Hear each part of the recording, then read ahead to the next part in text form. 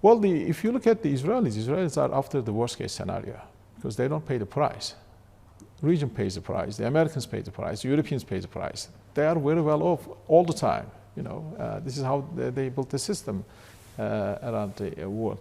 So the Israelis really don't care about. They want to see the Iran as a country, a nation, gone. And they are making it very clear. They are very much revengeful. And there is no way to bring them to their senses.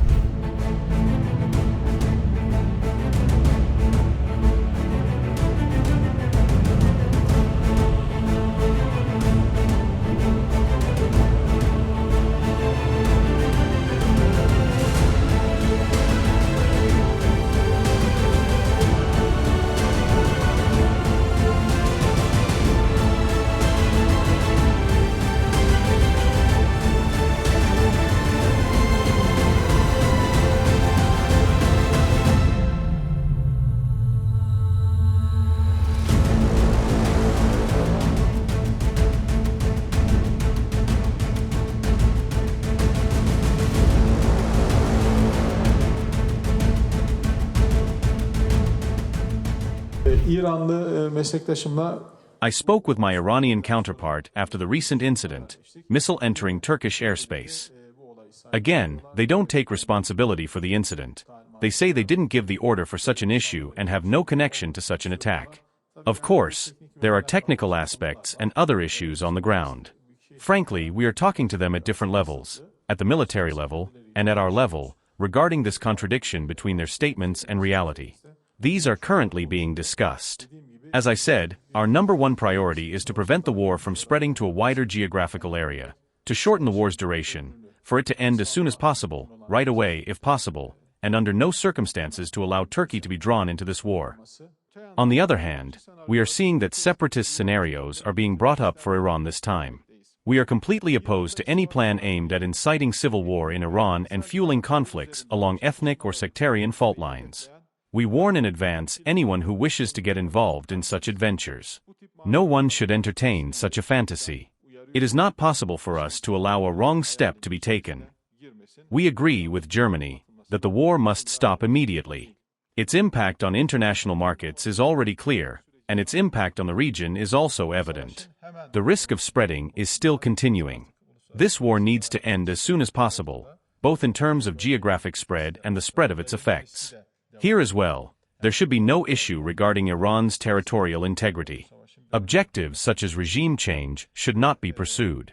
The region needs to return to normal as soon as possible. Since the war started, we've been discussing with everybody, to be honest. But this time, conditions are different because the countries that we are mostly cooperating in the region now under fire, under attack. It is really putting them in a different position now, especially Qataris, Saudis, Emiratis. They are under attack, and the way the war started and the way that it escalated is wrong and a colossal mistake on everybody's part. So we are talking to Europeans. We are talking to Americans and some regional countries. I think every 2 or 3 days I speak to my Iranian counterparts, and my feeling is that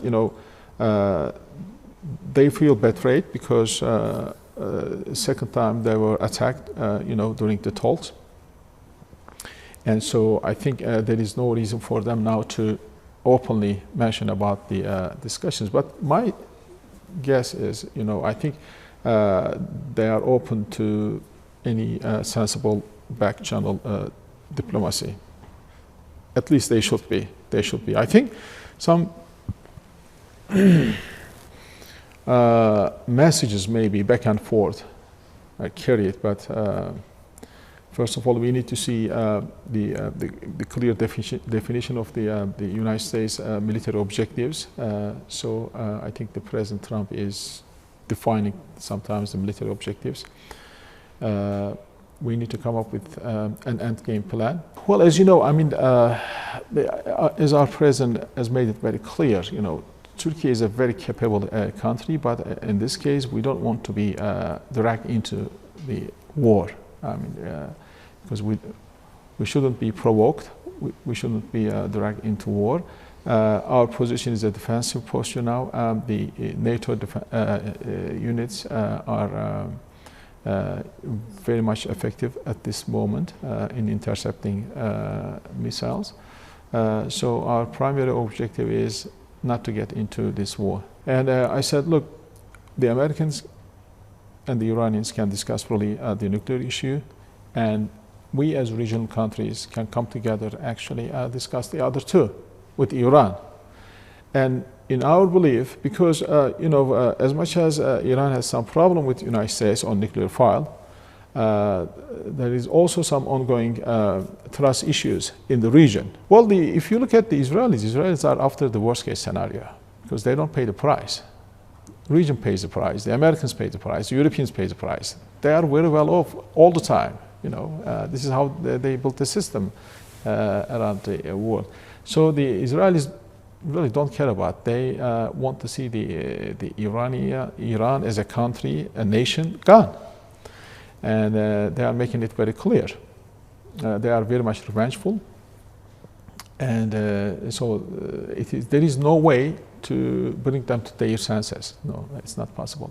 But the rest of the international community, I think, can work together to really address the existing problems, including the security of Israel in the region. Because Netanyahu cannot bring security to the Israelis. He can only bring war to the Israelis. Well, that is the question that we don't know the true answer. And what we know that he is alive and functioning, and I think he is partly injured as a result of the attack.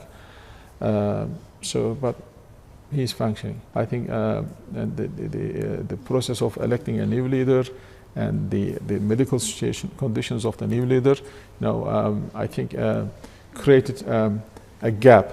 I think that gap has been filled by the High Command of the Revolutionary Guards. Now they are charging the war and leading the action. And structurally, as they have mentioned, they have autonomous command and control centers for different military units.